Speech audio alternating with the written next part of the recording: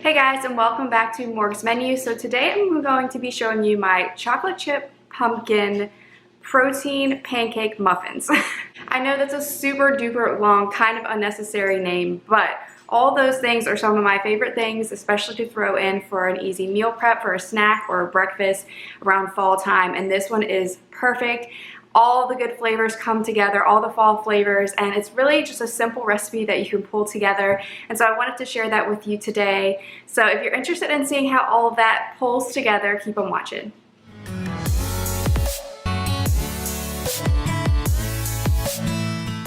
Alright, so as per usual, I'm going to go over the ingredients of everything that we're going to need for this, and then I'll go over a quick tutorial on how to pull these together, but it's super simple. You're going to really like this recipe if you like pumpkin. So there are a couple main ingredients in here that you kind of swap out depending on your liking. But first off, we're going to need some canned pumpkin. Make sure you just get regular pumpkin, not like the pumpkin pie filling. That's kind of going to be really sugary, and you want to get just regular old pumpkin. You can, especially now at the grocery store, you can find this pretty much at any grocery store. Now the next thing for me is going to be the pancake mix. So I'm going to be using these Kodiak cakes pancake mix. This is the chocolate chip flavor. You can use whatever flavor you like. I did notice recently that they just came out with a pumpkin flavored one. I think that might be seasonal. So if you wanted to kind of remove the chocolate chip aspect of this or make them more pumpkin-y, you can use whatever. You could use regular. This one has some extra protein added to it as opposed to normal pancake mix. So you could use normal pancake mix. That would do the same. I've also done these before. I've been playing with this recipe a lot. I personally like the pancake mix the most, but you can just use some flour. You just want to add some baking powder to it if you decide to swap that out so it does still rise and turn out really good. Now the protein part of this, I'm going to add in these collagen peptides, this vital protein, kind of protein. It's kind of protein powder, also has collagen in it, all that good stuff.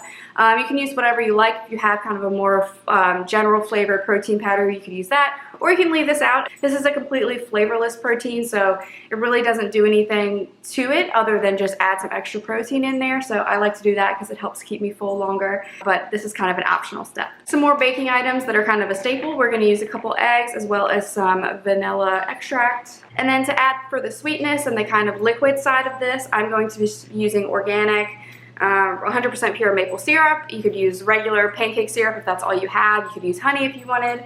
I just like this, again, because it kind of pairs really nicely with the pancake mix. Spices in this are pretty straightforward, so we're obviously going to want to use some pumpkin pie spice. I had this one from Trader Joe's, but I think they're all pretty much the same. I'm also going to add some additional cinnamon in there because I just really like cinnamon, but this also has cinnamon in it, so it's kind of unnecessary, but I personally just like the flavor that it adds.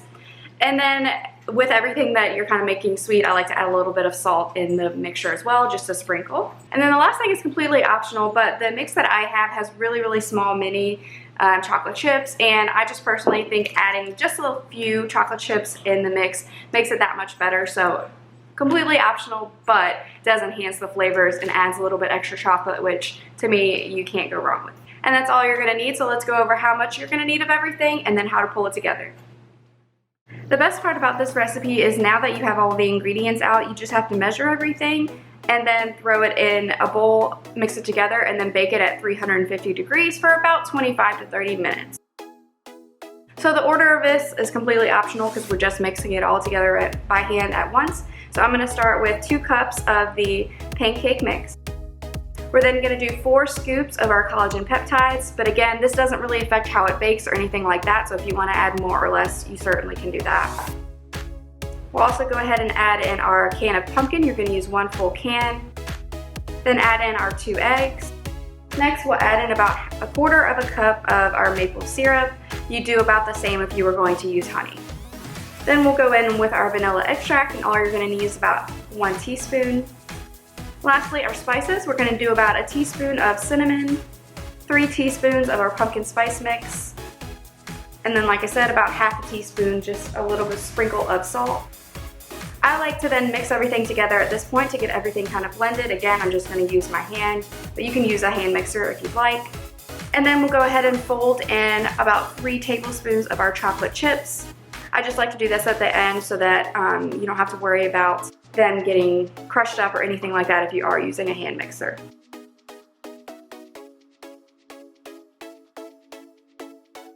And that's it. So now we just have to divide the batter evenly in our muffin tin. This is just a regular size muffin tin. It does make about 12 muffins.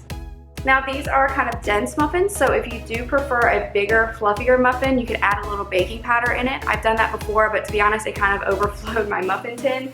And I personally just kind of like the flavor of the dense muffin a little bit more, but you can add that in if you want to make them nice and big and fluffy.